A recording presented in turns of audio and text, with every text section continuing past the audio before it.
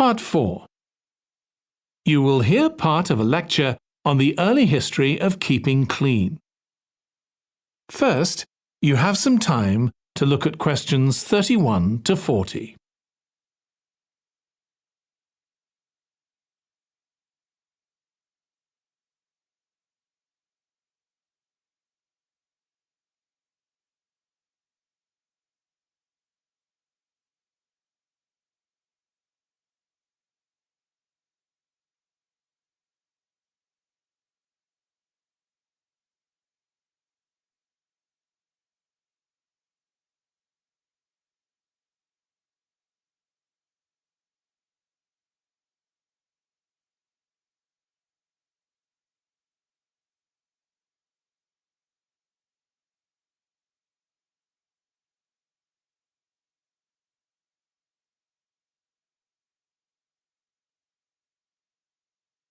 Now listen carefully and answer questions 31 to 40. Nowadays, we use different products for personal cleanliness, laundry, dishwashing and household cleaning, but this is very much a 20th century development.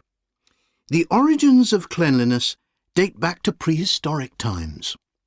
Since water is essential for life, the earliest people lived near water and knew something about its cleansing properties, at least that it rinsed mud off their hands.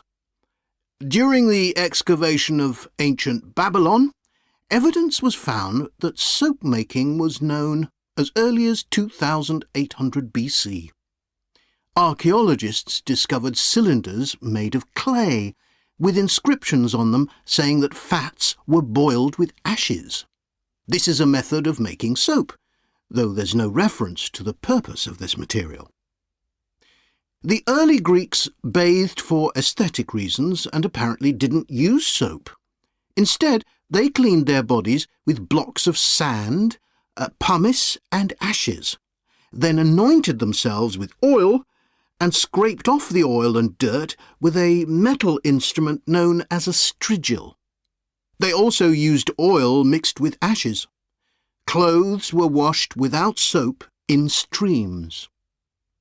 The ancient Germans and Gauls are also credited with discovering how to make a substance called soap, made of melted animal fat and ashes. They used this mixture to tint their hair red. Soap got its name, according to an ancient Roman legend, from Mount Sapo, where animals were sacrificed, leaving deposits of animal fat. Rain washed these deposits, along with wood ashes, down into the clay soil along the river Tiber. Women found that this mixture greatly reduced the effort required to wash their clothes. As Roman civilization advanced, so did bathing. The first of the famous Roman baths, supplied with water from their aqueducts, was built around 312 BC. The baths were luxurious, and bathing became very popular. And by the 2nd century AD, the Greek physician Galen recommended soap for both medicinal and cleansing purposes.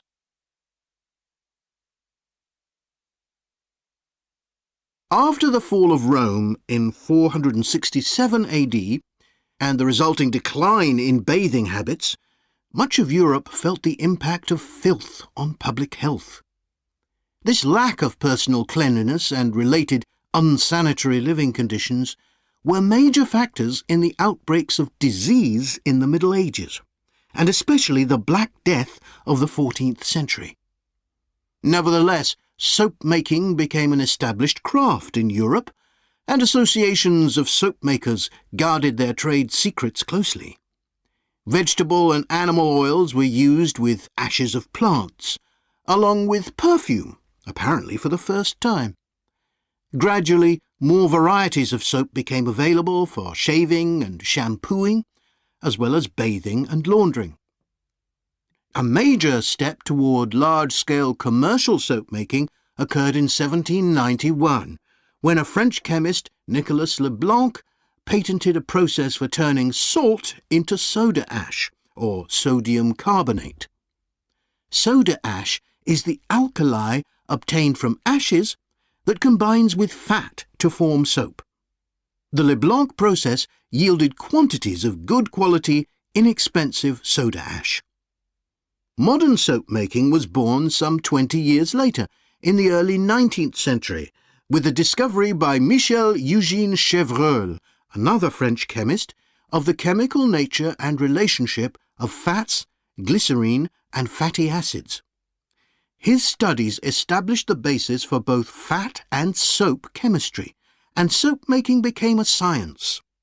Further developments during the 19th century made it easier and cheaper to manufacture soap. Until the 19th century, soap was regarded as a luxury item and was heavily taxed in several countries.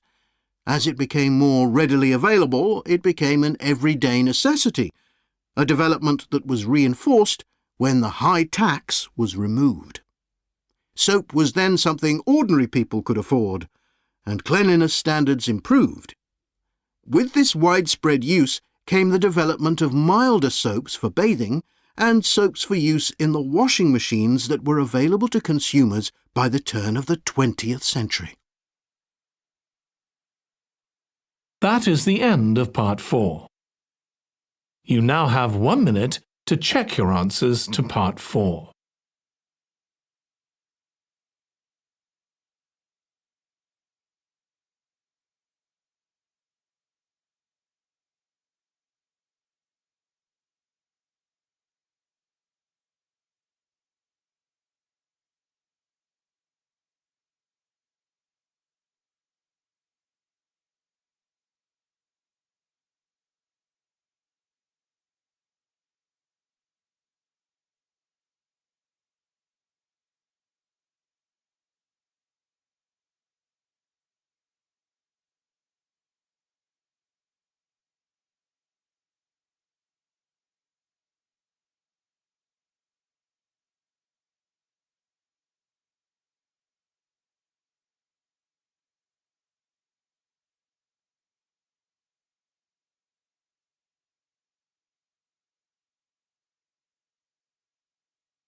That is the end of the listening test.